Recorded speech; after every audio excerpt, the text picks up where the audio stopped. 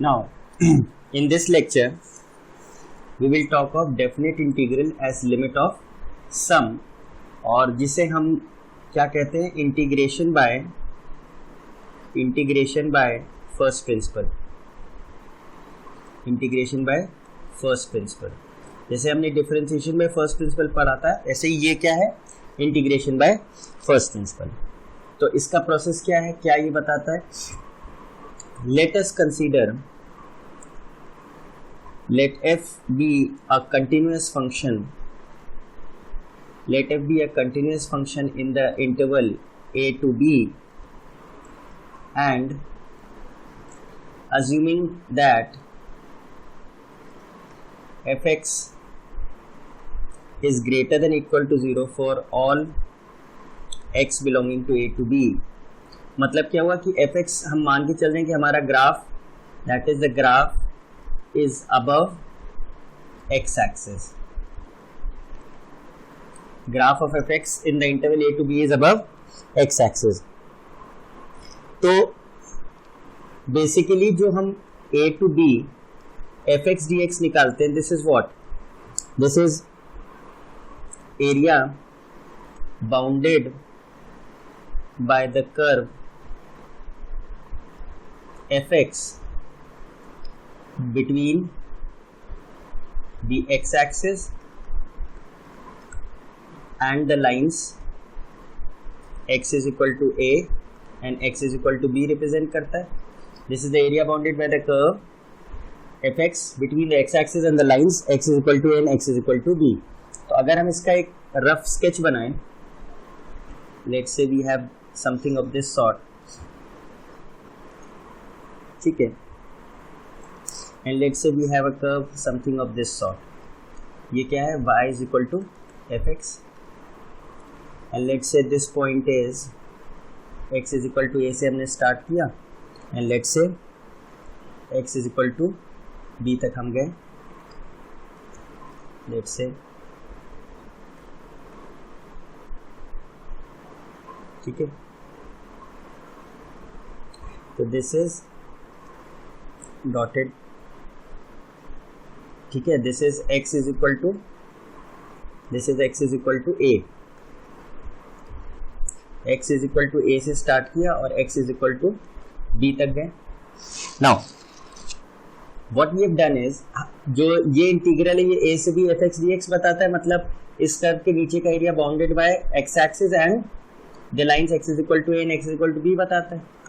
What we do is we divide this region into smaller सब regions. ऐसे lines बना के लेट्स से हमने यहाँ ये पूरे इंटरवल को डिवाइड कर दिया n इक्वल पार्ट्स में। We have divided this area into let's say n equal parts,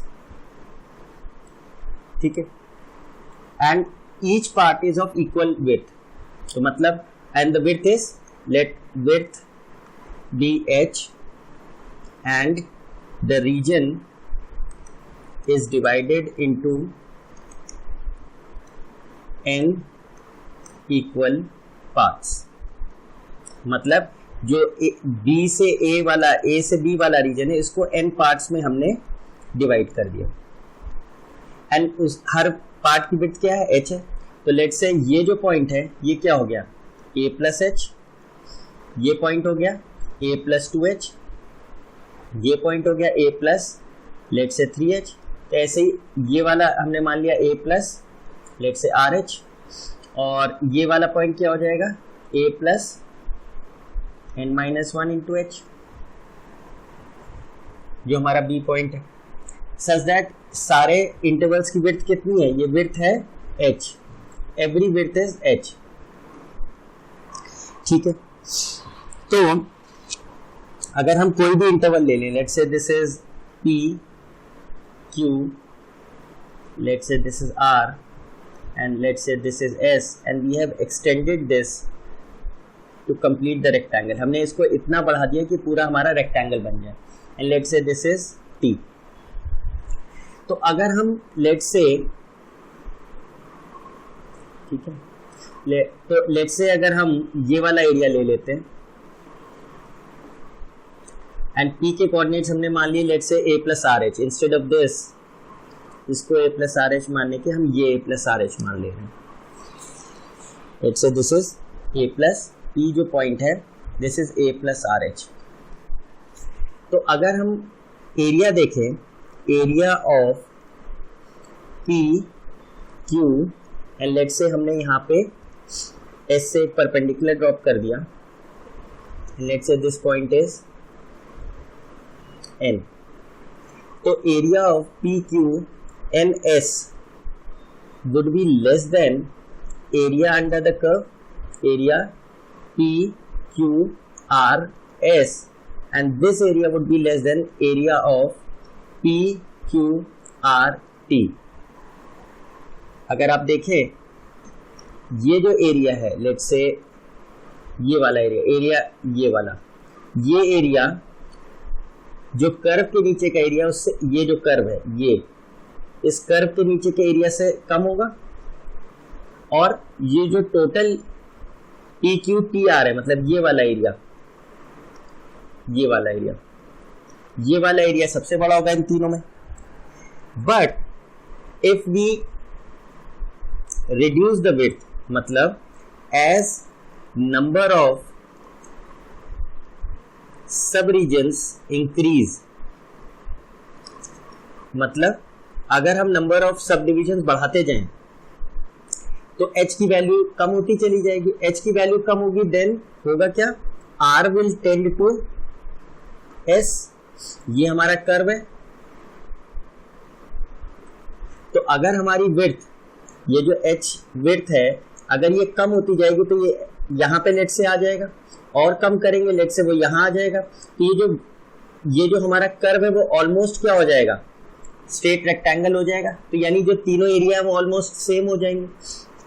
तो as n would tend to infinity h would tend to 0, जैसे जैसे हम सब डिविजन्स बढ़ाते चले जाएंगे विड्थ हमारी क्या होगी, 10 to 0 हो जाएगी। नाउ इस क्वेश्चन को हम फिर से एक बार बना लेते हैं। लेट्स से this is something of this sort, ये हमारा रीजन है and this is your curve. ये हमने ये वाला पार्ट यूज किया है, this is a plus r H and this is a plus r plus 1 into h, और let's say this is point P, this is Q, ये हमने ऐसे बना दिया। तो this is N, this is R, this is S and this is T। तो कहने का मतलब जो ये पॉइंट होगा S, ये क्या होगा, this would B a plus r H input, और फंक्शन में दिया तो फंक्शन में आउटपुट क्या मिलेगा, a plus r H. s के कोऑर्डिनेट्स ये हो जाएंगे, वेराज r के कोऑर्डिनेट्स क्या हो जाएंगे, a plus r plus 1 into h common f a plus r plus 1 into h. तो जैसे जैसे n टेंड्स टू इंफिनिटी होगा ये विड्थ, ये जो h विड्थ है ये क्या होगी, ऑलमोस्ट 0 होने लगेगी। तो ये जो r पॉइंट है वो ऑलमोस्ट क्या होगा, फ्लैटन आउट हो जाएगा। ये जो r पॉइंट है वो n की तरह बिहेव करने लगेगा, नीचे की तरफ आता जाएगा। लेट्स से अगर हम कम कर दें विड्थ, तो अब अगर ये पॉइंट r आ गया तो ये जो लेंथ है वो ऑलमोस्ट इसके बराबर हो रही है। और छोटा अगर हम कर दें लेट्स से, और हमने h छोटा किया तो अब यहाँ r आ गया, तो ये और ये ऑलमोस्ट सेम हो गए। तो as n tends to infinity h would tend to 0, ठीक है। अब अगर हम इस रेक्टेंगल का एरिया निकालें तो area of this small rectangle, area of this small rectangle would be, अगर ये हम हाइट ले लें, विड्थ तो हमारी यही है h, तो हमारा एरिया कितना होगा, लेंथ इंटू ब्रेथ होता है, तो f a plus r H, ये हमारे इस रेक्टेंगल का एरिया है। तो ऐसे ही अगर हम सारे रेक्टेंगल्स का एरिया ले लें स्टार्टिंग फ्रॉम दिस पॉइंट, इसका निकालें, इसका निकालें, इस सब रेक्टेंगल्स का एरिया निकाल के ऐड करें तो इसका एरिया आ जाएगा, which is what, a to b f x dx। तो सम ऑफ रेक्टेंगल्स क्या हो जाएगा, सम ऑफ एरियाज ऑफ रेक्टेंगल क्या हो जाएगा, we'll start with FA into H, फिर H into F A plus H, then H into F A plus 2H। कैसे आ रहा है, सबसे पहले हमने इस रेक्टेंगल का एरिया निकाला, तो ये पॉइंट क्या होगा A कॉमर FA, तो हाइट हो गई FA और विड्थ है H। इसी तरह इस पॉइंट की कोऑर्डिनेट्स क्या होंगे, A plus H into F A plus H, इसकी हाइट क्या है F A plus H और विड्थ तो H ही है। ऐसे ही सारे रेक्टेंगल्स के एरिया अगर हम निकालें तो कहां तक जाएंगे, यहां तक जाएंगे। इसके कोऑर्डिनेट्स क्या होंगे, a plus n minus one into h, ये तो इसका x कोऑर्डिनेट होगा, comma f a plus n minus one into h, तो हाइट तो ये हो गई, विड्थ आपकी h ही होगी, तो dot dot dot f a plus n minus one into h.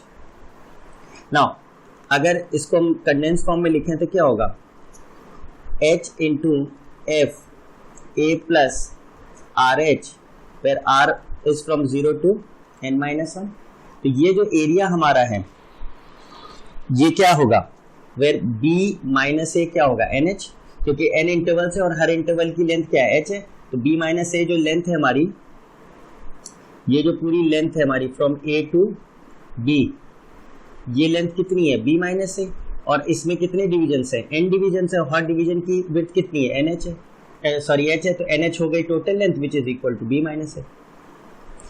ठीक है, now as n tends to infinity, as n tends to infinity, ये जो एरिया है ये एक्चुअली एरिया नहीं है, क्योंकि ये एरिया तो हमको ये वाला एक्चुअली बताएगा, ये वाला, क्योंकि हमने ये हाइट ली थी, तो अगर ये हाइट ली थी तो ये एक्चुअल एरिया तो नहीं बता रहा। तो ये एक्चुअल एरिया कब बताएगा, जब हम डिविजन्स बढ़ा दें और h वुड टेंड टू 0, जैसे भी हमने डिस्कस किया था। तो एक्चुअल एरिया हमें कैसे मिलेगा, limit n tends to infinity और h tends to 0, summation r is equal to 0 to n minus one h times f a plus r H.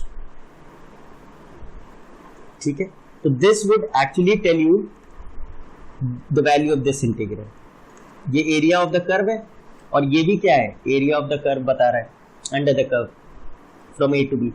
तो ये कहलाता है इंटीग्रेशन बाय फर्स्ट प्रिंसिपल, ये कहलाता है इंटीग्रेशन बाय फर्स्ट प्रिंसिपल।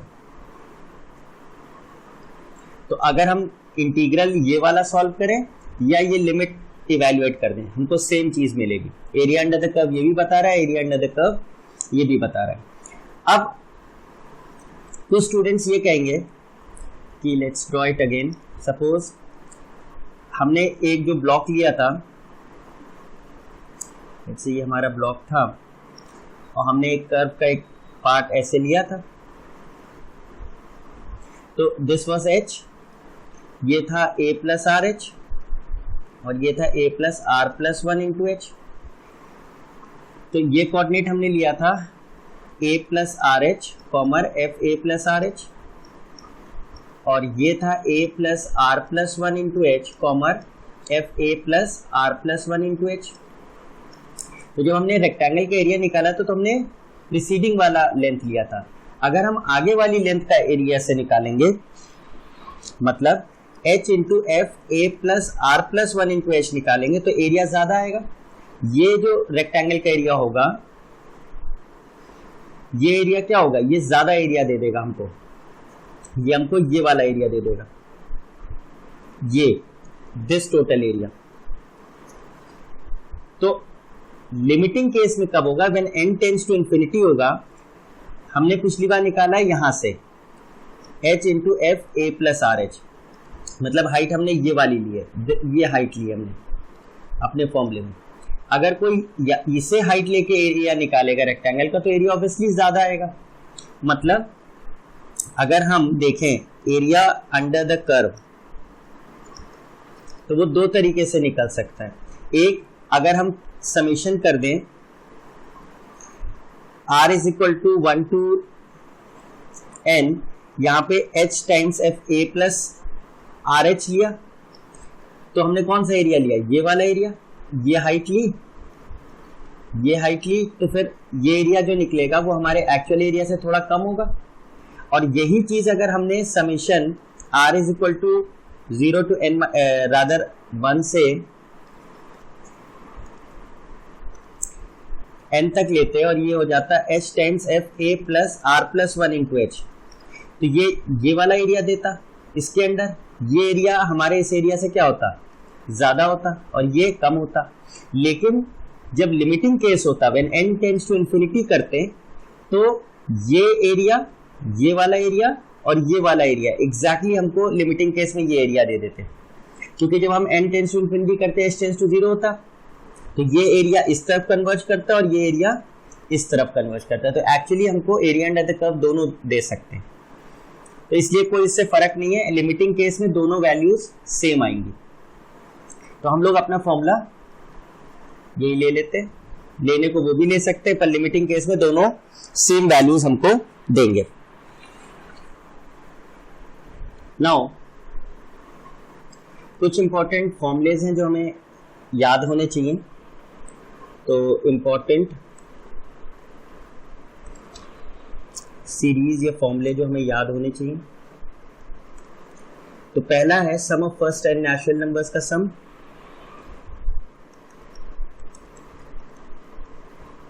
ठीक है, लेट्स से ये n है, तो क्या हो जाएगा n प्लस 1/2। अगर n टर्म्स का सम है तो ये n प्लस 1/2, अगर n माइनस 1 टर्म्स का सम है तो n की जगह n माइनस 1 सब्स्टिट्यूट कर देंगे। Second, sum of squares of first and natural numbers. ठीक है, इसका सम क्या होगा, हम लोग प्रोग्रेशन में जानते हैं क्या होता है इसका सम, n प्लस 1 2n प्लस 1/6। इसी तरह sum of cubes of first and natural numbers, तो ये क्या होगा, इसका formula n plus 1/2 whole square.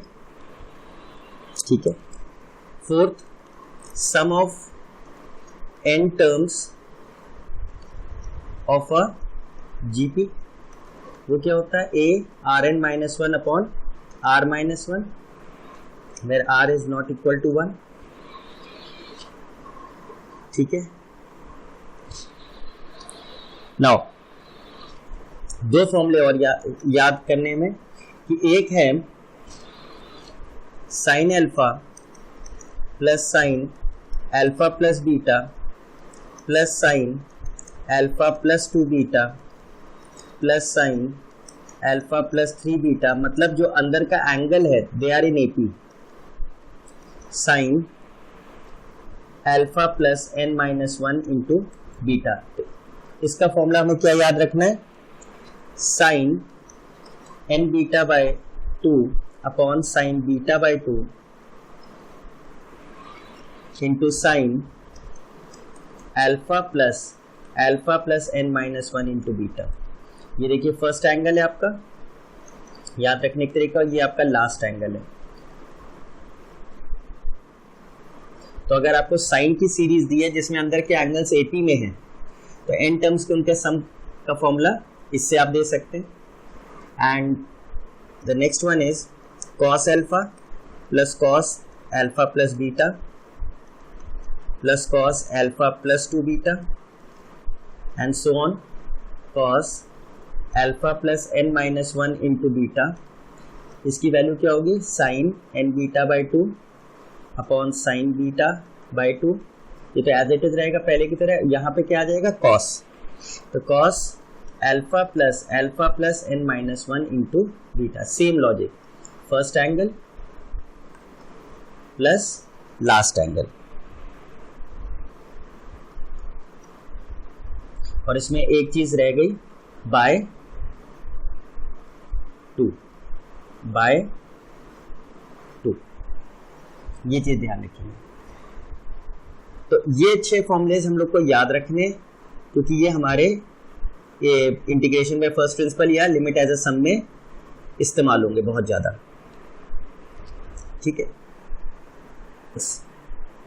Now we take a few examples, and the first one is we have to find or evaluate integral a to b ex dx using limit as a sum. तो इसका तो हमारा set formula अभी हमने derive किया था कि a to b fx dx is limit n tends to infinity or h tends to 0 h times summation r is equal to 0 to n minus 1 fa plus r minus 1 into h. अब इन questions में these are procedural questions, इसमें सिर्फ एक process follow करना है, इसमें हमको दिमाग कुछ नहीं लगाना है, इस प्रोसेस को बस लिटरली फॉलो करते जाना है. तो ठीक है, कंपेयर कीजिए. ए की जगह अपर लिमिट क्या है, बी है, लोअर लिमिट ए ही है, फंक्शन क्या है e की पावर x है. तो ठीक है, तो अब हम क्या लिखेंगे, limit n tends to infinity and importantly b minus a क्या है, nh है. ठीक है, n टेंड्स टू इंफिनिटी और h tends to 0 h times, इसको अगर हम एक्सपैंडेड फॉर्म में लिखें तो क्या होगा, व्हेन r प्लस h होगा, ये दिस विल बी RH. ठीक है, this will be RH. r is equal to 0 start करेंगे तो क्या होगा, व्हेन r इज 0 fa, फिर r को 1 दिया तो fa प्लस h, फिर fa plus 2h and so on till fa plus n minus 1 into h. मतलब इन वैल्यूज को निकाल के सम कर दें और उसकी लिमिट ले लें एज h टेंड्स टू 0 या n tends to infinity. Now fa तो हमें पता है, fx क्या है, e की पावर x, तो fa क्या होगा, e की power a, fa plus h क्या होगा, e raise to power a plus h, fa plus 2h क्या होगा, e raise to power a plus 2h and so on, and we'll have to move till fa plus n minus 1 into h. तो क्या हो जाएगा, e raise to power a plus n minus 1 into h. तो ये values हम substitute कर दें, limit n tends to infinity और h tends to 0 h times e raise to power a, e raise to power a plus h, e raise to power a plus 2h, e raise to power a plus 3h से लेके e raise to power a plus n minus 1 into h. e raise to power a देखिए common है और उस पर limit नहीं है, तो that acts as a constant. तो e raise to power a अगर हम बाहर कर लेंगे इंटू h तो क्या बचेगा, रादर 1 प्लस e की पावर h, e की पावर 2h, e की पावर 3h टिल e की power n minus 1 into h. तो e की पावर a हमने बाहर कर लिया, लिमिट h टेंड्स टू 0 और n tends to infinity. h check करिए, ये हमारी एक gp बन गई है, ये तो कॉमन रेशियो e की power h and first term is a, और टर्म्स कितनी है, n है. कैसे, यहाँ देखिए 1h से लेके n माइनस 1h, मतलब n माइनस 1 टर्म्स और ये 1, तो टोटल n टर्म्स हो गए. तो उसका फॉर्मूला तुम्हें पता है, sum of n terms of a GP क्या पढ़ाता है, r की power n minus 1 upon r minus 1, sum of n terms of a GP. तो a क्या है इसमें, a तो 1 है, फर्स्ट टर्म 1 है और कॉमन रेशियो e की पावर h है, तो e की power h raise to power n यानी nh minus 1 upon e raise to power h minus 1. Now nh की वैल्यू क्या होगी, यहाँ पे upper limit minus lower limit यानी b माइनस से होगी. तो ध्यान रखिए, जब nh आ जाए, जब हमारा nh आ जाए तो वहां में क्या सब्स्टिट्यूट करना है, ये b माइनस ए, मतलब b माइनस ए की जो भी वैल्यू है, तो यहाँ तो b माइनस ए ही है. तो लिमिट h टेंड्स टू 0 और n tends to infinity h upon e raise to power h minus 1 into e raise to power nh की जगह क्या आ गया, b माइनस ए माइनस 1, और ये तो हमारे लिए कांस्टेंट है, तो ये हम लिमिट के बाहर करेंगे, e raise to power a into e raise to power b minus a minus 1 and limit h tends to 0 h upon e raise to power h minus 1, और ये हमारी एक्सटेंडेड लिमिट है. इसकी वैल्यू तो 1 होती है, limit x tends to 0 e की power x minus 1 upon x क्या होता है, 1 होता है, तो दिस टेंड्स टू 1, तो therefore your final answer becomes e raise to power b, e raise to power a जब मल्टीप्लाई होगा तो minus b plus a minus e raise to power a, ये क्या हो गया, e raise to power b minus e raise to power a। तो जो हमने इंटीग्रेशन से आंसर निकालना था वो हमने कैसे निकाला, फर्स्ट प्रिंसिपल यूज करके इंटीग्रेशन का। और चेक करिए, अगर आप कंफर्म करना चाहें तो e की पावर x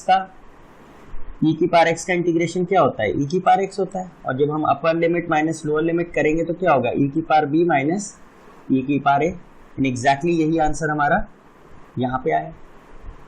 ये बोथ प्रोसेसेस आर सेम, जैसे कि हम लोग कह चुके हैं, ठीक है। Let's take another example. Let's say we take from 0 to, let's say pi by 2 sin x dx. Let's say भी ये हम कर सकते हैं नॉर्मल तरीके से, पर हम इसे लिमिट एज अ सम से अगर करना चाहें, लिमिट एज अ सम से अगर इसको कहा जाए करने को, ठीक है। तो कंपेयर कीजिए, पहले तो फॉर्मूला लिख लीजिए, a to b fx dx is same as limit n tends to infinity or h tends to 0 h times summation r is equal to 0 to n minus 1 f a plus r h, ठीक है, where n h is b minus a।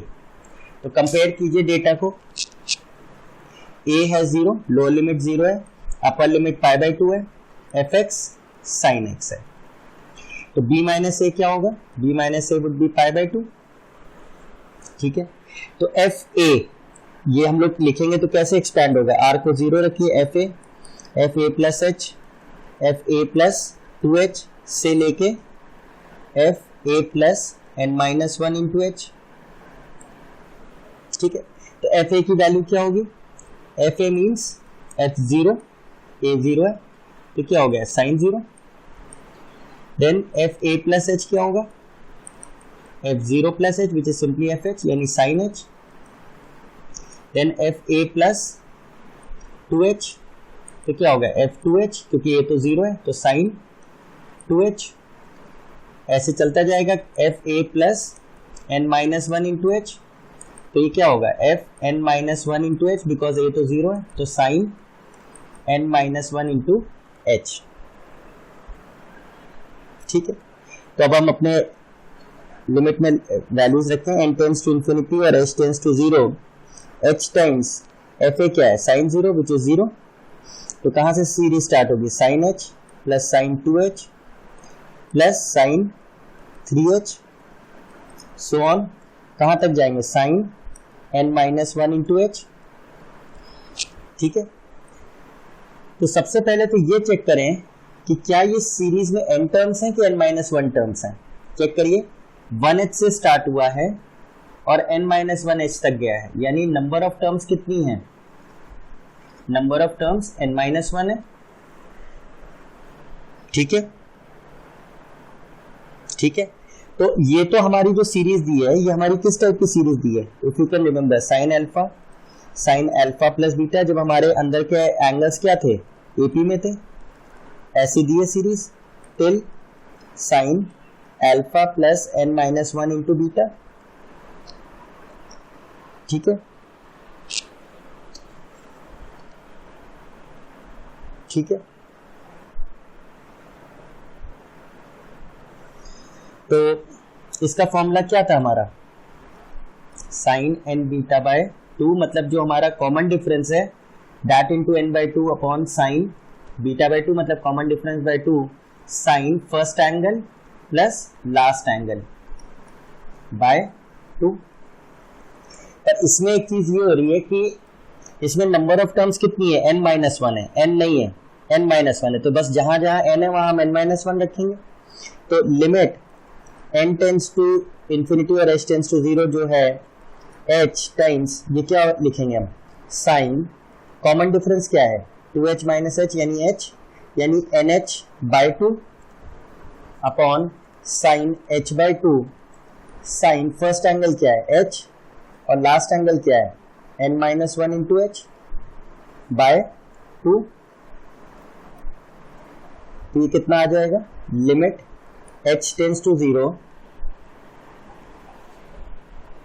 h times sine NH, NH की जगह हम क्या रख सकते हैं, NH की जगह हम b माइनस a था NH, उसकी जगह हम पाई बाय 2 यूज कर लेंगे, तो ये हो गया पाई बाय 2 अपॉन 2 यानी pi by 4 into 1 upon sine h by 2 into sine, ये क्या आएगा, this would be h into NH minus h, यानी ये आपका आ जाएगा h प्लस h से h कैंसिल हो गया, NH बाय 2, तो this would be limit h tends to 0 h upon sine h by 2 और साइन पाई बाय 4 तो 1 बाय रूट 2 हो गया, एंड यहाँ फिर NH हमको दिख गया, तो यहाँ पाई बाय 2 फिर रखेंगे तो क्या हो जाएगा, this would again become sine pi by 4, तो वो अगेन 1 बाय रूट 2 हो जाएगा। ठीक है, नाउ ये हमारा क्या कन्वर्ट हो गया, n tends to infinity 1 by 2 limit h tends to 0 h upon sine h by 2। अब ये हमारा स्टैंडर्ड लिमिट है ट्रिग्नोमेट्रिक, तो हम क्या करें, जो आर्ग्यूमेंट में h बाय 2 है तो h बाय 2 से मल्टीप्लाई डिवाइड कर दें और ये वैल्यू क्या हो जाएगी 1, तो 2 से 2 कट गया, यानी इस लिमिट की वैल्यू क्या आई 1 आई, यानी इस इंटीग्रल की वैल्यू अगर हम लिमिट एज अ सम से निकालें तो क्या आएगी 1, मतलब what we are saying is 0 से पाई बाय 2 sin x dx, इस इंटीग्रल की वैल्यू मतलब area under this curve would be 1। ठीक है, अब अगर इसको हम नॉर्मल प्रोसेस से करें तो क्या आएगा, cos x का minus sin x from 0 to pi by 2, तो minus cos pi by 2 minus of minus cos 0, cos 90 0 होता है, minus minus plus and cos 0 क्या होता है 1 होता है, and this is the precise answer we are getting. तो यानी लिमिट एज अ सम से भी हम ये करेंगे तो सेम आंसर ही हमारा आएगा। ठीक है, let's try another question. Let's say we have to integrate 0 to 1 x square minus 2x plus 3। ठीक है, तो अब इस क्वेश्चन में अगर हमें we have to evaluate through limit as a sum, limit as a sum. ठीक है, तो कंपेयर करना शुरू कीजिए, a to b fx dx is limit n tends to infinity और h tends to 0 h times summation r is equal to 0 to n minus 1 f a plus r h। और compare करें तो a क्या है 0 है, b क्या है 1 है, fx क्या है x square minus 2x plus 3 है, nh क्या है b माइनस a, यहाँ पे nh लिखना जरूरी है b माइनस a, तो nh क्या है b minus a, b is 1 a is 0, यानी nh की वैल्यू अगर हमें सब्स्टिट्यूट करनी तो क्या करेंगे 1 करेंगे। ठीक है, नाउ ये जो है इसको तो हमें पता है क्या एक्सपेंशन होता है f a plus h f a plus 2h से लेके f a plus n minus 1 into h। बस ये वैल्यूज अब हम निकालें, a हमारा 0 है यानी f a क्या हो गया f 0, तो 0 रखेंगे तो क्या आएगा 0 square minus 2 dot 0 plus 3, f a plus h रखेंगे तो क्या होगा 0 प्लस h यानी f h, यानी we'll have h square minus 2h plus 3, f a plus 2h क्या होगा a 0 तो f 2h ही हो जाएगा, यानी 2h का whole square minus 2 dot 2h plus 3। इन क्वेश्चंस में हम लोग वैल्यू सॉल्व नहीं करेंगे, we'll just put in the values, से लेके f a plus n minus 1 into h, ये हो गया f n minus 1 into h, तो n माइनस 1 इंटू h का whole square minus 2 dot n minus 1 into h plus 3। अब ये सारी वैल्यूज हम अपने फॉर्मूले में रख देंगे, तो limit n tends to infinity और h tends to 0 h times f a क्या है, इसको हम लोग बेटर है कॉलम वाइज लिखें जिससे कि थोड़ा सा हमको दिखाई दे जाए कि क्या हो रहा है। Let's say we are using writing this in column form, तो क्या है 0 square minus 2 dot 0 plus 3, then we'll have h square minus 2 dot h plus 3, then we have 2h का होल स्क्वायर यानी 2 square h square minus 2 dot 2h plus 3, then 3 square h square minus 2 dot 3h plus 3, और ये कहाँ तक करेंगे n minus 1 square h square minus 2 dot n minus 1 into h plus 3। अब अगर हम इन्हें कॉलम वाइज ऐड करें तो अगर कॉलम वाइज ऐड करेंगे तो क्या आएगा, limit n tends to infinity और h टेंस टू 0। चेक करिए h, अगर हम ये फर्स्ट सीरीज को जोड़ें तो h स्क्वायर कॉमन है, what are we getting 1 square 2 square 3 square से लेके n माइनस 1 का स्क्वायर।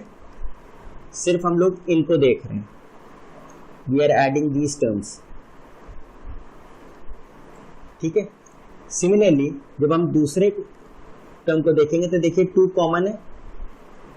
कॉमन है एंड h भी कॉमन है, तो what are we getting 1 plus 2 plus 3 plus 4 से लेके n माइनस 1। चेक करिए इस बार हम 2 कॉमन है, 2 और h हर जगह कॉमन है, तो क्या बच रहा है यहाँ पे 1, यहाँ 2, यहाँ 3 से लेके n माइनस 1, और जो 3 है लास्ट वाली टर्म वो कितनी बार ऐड हो रही है, n टाइम्स ऐड हो रही है, तो ये कितना हो जाएगा 3 इज एडेड n टाइम्स, तो क्या हो जाएगा 3n हो जाएगा, ठीक है।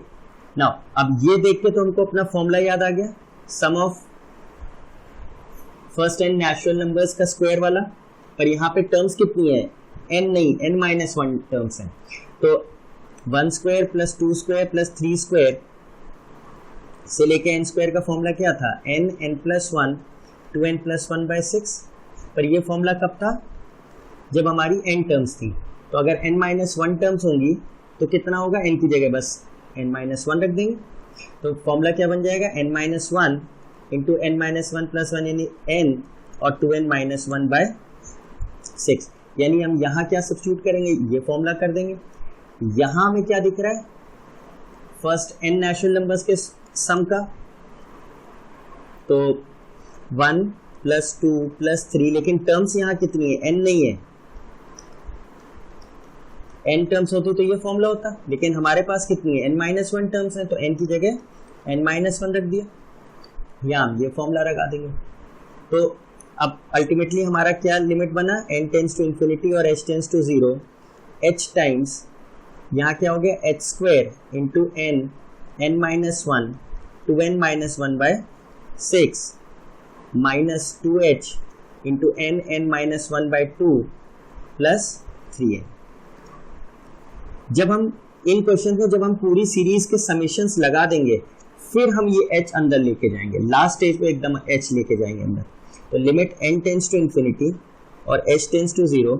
अब ये h अंदर गया तो क्या हो गया h cube n minus 1 2n minus 1 by 6 minus 2h square, in fact 2 से 2 कैंसिल हो गया तो we can get rid of this, और यहाँ आ जाएगा h square n minus 1 plus 3nh। Now last stage क्या होगा, एक चीज हमेशा ध्यान रखिएगा कि जितने h की पावर होगी उतने ही फैक्टर्स ऑफ n होंगे, ये हमेशा होगा, जितने पावर ऑफ h होगा उतने ही n के फैक्टर्स होंगे। तो अब limit n tends to infinity और h टेंस टू 0। अब चेक करिए यहाँ 3h है, एक h तीनों को हम डिस्ट्रीब्यूट कर देंगे, तो ये क्या हो गया nh, फिर nh माइनस h, एक h इसको दे दिया, एक h इसको दे दिया, एक h इसको दे दिया अपॉन 6। इस वही प्रोसेस यहाँ करेंगे, 2h है h स्क्वायर है तो h इंटू h, एक h इसको दे देंगे, एक h इस n को दे देंगे, तो nh माइनस h और 3nh। जब हम ये कर लेंगे तो बस हम लास्ट स्टेज पे nh की वैल्यू रखेंगे। nh की वैल्यू हमारी क्या थी 1 थी, nh की वैल्यू हमारी ये 1 थी, तो बस लास्ट स्टेज पे जब हमारा nh आ जाएगा तो बस हम वो वैल्यू पहले रख देंगे, n टेंस टू इंफिनिटी और h tends to 0। h nh की जगह हमने क्या रख दिया 1 रख दिया, 1 into 1 minus h into 2 minus h upon 6 minus 1 into 1 minus h plus 3 into 1। जब हम nh रख देंगे उसके बाद हम फाइनल लिमिट अपनी अप्लाई करेंगे, तो कितना हो जाएगा 1, this would be 2 and this is minus h minus 2h minus 3h plus h square by 6 minus 1 plus h plus 3। When h tends to 0 ये 0 हो गया, ये 0 हो गया, ये 0 हो गया। तो therefore your final limit becomes 2 by 6 minus 1 plus 3। This is 1 जा 3 जा, तो 1 by 3 plus 2, तो दिस बिकम्स 7 by 3। यानी इस इंटीग्रल की वैल्यू आपकी क्या आएगी, 7 by 3 using limit as a sum या फर्स्ट प्रिंसिपल फॉर इंटीग्रेशन। अब इसको अगर हम चाहें तो अपने नॉर्मल प्रोसेस से करके देख लें क्या आंसर आएगा। इसका इंटीग्रल क्या होगा, x cube by 3 minus x square plus 3x, and जब हम लिमिट्स पुट करेंगे 0 to 1 तो क्या आएगा 1 by 3 माइनस 1 स्क्वायर प्लस 3, तो कितना हो गया 1 by 3 and this is minus 1 plus 3 यानी 1 by 3 प्लस 2, चेक करिए 7 by 3, 0 रखने पे तो 0 ही आएगा, देयरफॉर हमारा आंसर सही है। तो ये प्रोसेस थोड़े से लंबे होते हैं, क्वेश्चंस लेंदी होते हैं, पर इनका प्रोसेस कंसिस्टेंट होता है, इसमें हमें ज्यादा दिमाग नहीं लगाना, हमें एक प्रोसेस फॉलो करना होता है। Now let's take another example.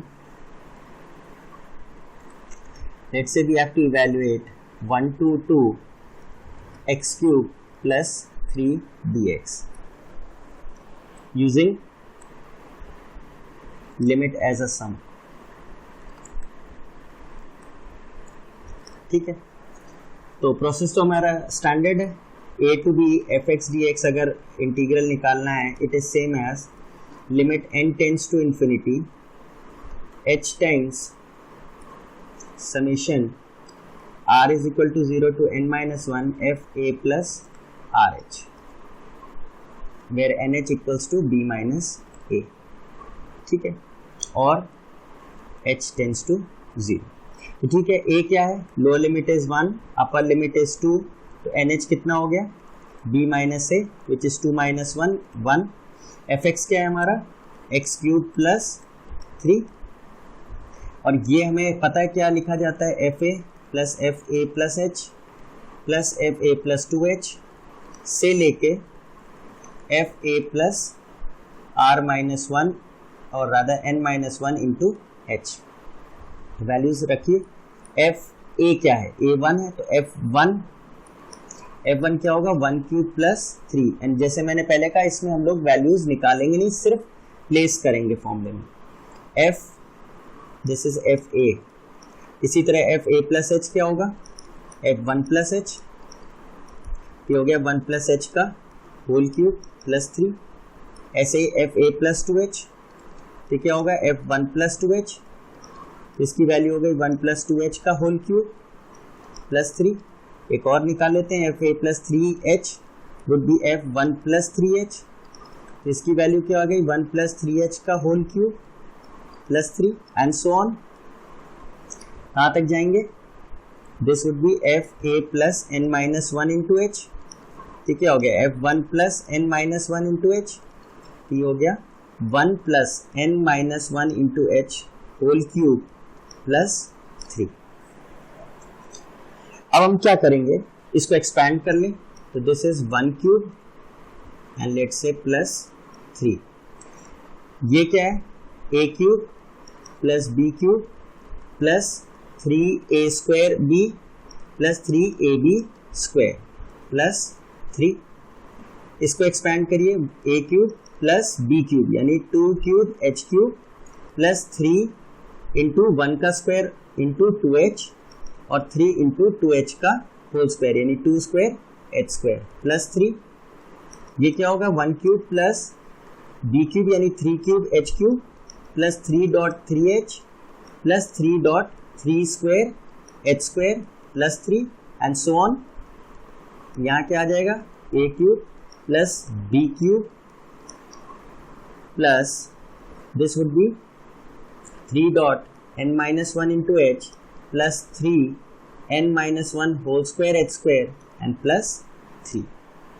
अब ये वैल्यूज हम क्या करेंगे, अपने फॉर्मूले में लिमिट में लगा देंगे, तो क्या होगा limit n tends to infinity और h tends to 0 h times f a क्या है, इसको कॉलम वाइज लिख लें, तो क्या है 1 cube plus 3 then 1 cube plus h cube 3 into h plus 3h square plus 3, 1 cube plus 2 cube h cube plus 3 dot 2h plus 3 dot 2 square h square plus 3. Similarly 1 cube plus 3 cube h cube plus 3 dot 3h plus 3 dot 3 square h square plus 3. हम values बस रख रहे हैं जो हमने ऊपर निकाली थी. कहाँ तक जाएंगे?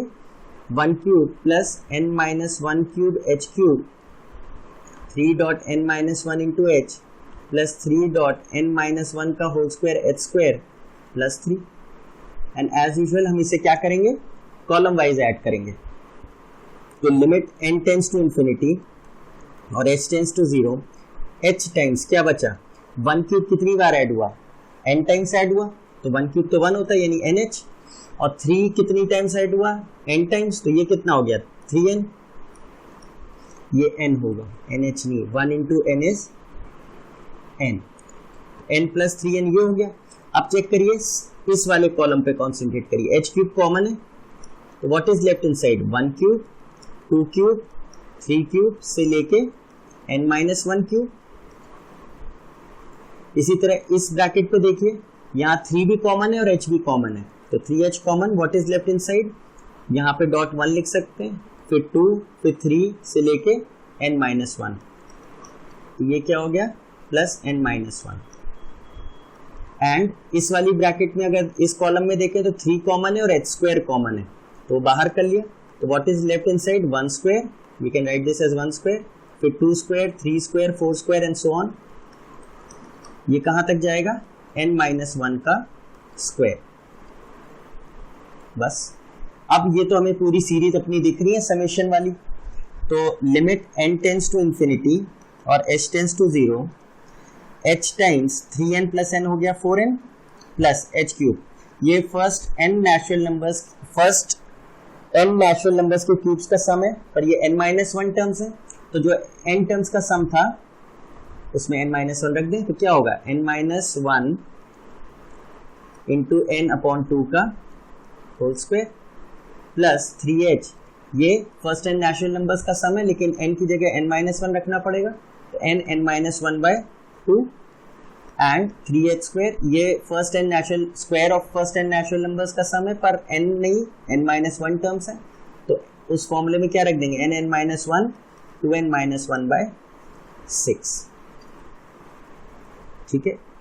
फिर हमने क्या कहा था कि हम जब फॉर्मुलेस लगा देंगे फिर हम ये h को अंदर लेके जाएंगे ब्रैकेट में. n टेंस टू इंफिनिटी, तो क्या हो जाएगा? 4nh plus h raise to power 4 n square n minus 1 का square by 4 plus 3h square n minus 1 by 2 plus 3h cube n minus 1 2n minus 1 by 6. अब check करिए, nh की जगह तो हम क्या रख देंगे? 2 माइनस 1 था हमारा 1, nh वॉज 1. देखिए nh हमारा 1 था. ठीक है. तो और बाकी हमने क्या कहा था? जितनी h की पावर होगी उतने ही n के फैक्टर्स होंगे. तो यहाँ n स्क्वायर और n माइनस 1 का स्क्वायर मतलब 4 फैक्टर्स. यहाँ h स्क्वायर है तो 2 फैक्टर्स n के, यहाँ h क्यूब तो 3 फैक्टर्स n के. तो हर फैक्टर ऑफ n को एक h हम दे देंगे. Limit n tends to infinity या h टेंस टू 0 वाला लिखा. अब क्या? 4nh की जगह तो 1 लिख दिया, प्लस अब एक h सबको ट्रांसफर करें, nh into nh minus h into nh minus h. ये आपके समझाने के लिए इसको इतना डिटेल लिख रहे हैं. Plus 3 into nh minus h upon 2. एक h इसको दे दिया और एक h इस फैक्टर को दे दिया. प्लस 3 1 जा 3 2 जा, ये एक h इसको दिया, एक h इसको दिया, एक h इसको दिया.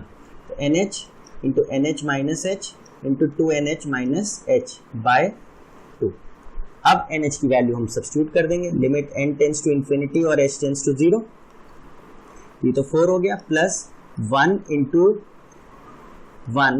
1 minus h into 1 minus h by 4 plus 3 into 1 minus h by 2 plus 1 into 1 minus h into 2 minus h by 2. nh की जगह हमने 1 पुट कर दिया. अब लास्ट स्टेज पे हम h टेंस टू 0 कर दें, तो 4 प्लस ये h टेंस टू 0 इधर भी हो गया इधर भी हो गया, यानी 1 बाय 4 आ गया. प्लस यहाँ h टेंस टू 0 करा तो ये क्या आ गया 3/2, और यहाँ h टेंस टू 0 किया तो 2/2 विच इज 1। ये हो गया 4 प्लस 1/4 प्लस 3/2 प्लस 1, ये हो गया 5 प्लस 1/4 प्लस 3/2, तो एलसीएम हो गया 4, this is 20 plus this would B 1, ये 1 हो गया, और ये कितना हो गया 6, ये कितना आ गया 27/4, यानी उस इंटीग्रल की value that is integral x³ plus 3 from 1 to 2 की वैल्यू क्या आ रही है 27/4। अब इसको अगर हम नॉर्मल प्रोसेस से करें, इंटीग्रल करते तो क्या आता x³ प्लस 3 फ्रॉम 1 से 2 dx, तो x³ का होता है x4/4 प्लस 3x फ्रॉम 1 से 2, तो कितना आता है 2 to the 4 to the 8 to 16/4 is 4 plus 3 to the 6 minus 1/4 plus 3, तो 6 प्लस 4 10, 10 1/4 माइनस 3, तो कितना आता है ये आता this is 7 minus 1/4, 7 4 the 28 minus 1 27/4। देखिए एग्जैक्टली वही आ रहा है। तो अगर हमें इंटीग्रेशन नहीं आता तो हम उस इंटीग्रल का क्या कर देंगे, लिमिट एज अ सम से उसकी वैल्यू निकाल सकते हैं, answers would be same, but ये काफ़ी लेंदी प्रोसेस है, ये काफ़ी लेंदी प्रोसेस होता है, इसलिए इसे अवॉइड किया जाता है, but this is the basic process for finding integral. जैसे फर्स्ट प्रिंसिपल डिफरेंशिएशन का था, वैसे ये फर्स्ट प्रिंसिपल इंटीग्रेशन का है। तो ये प्रोसीजरल है, इसमें कोई दिमाग नहीं लगाना, हमें एक प्रोसेस है उसको बस जस्ट फॉलो करना है स्टेप बाय स्टेप।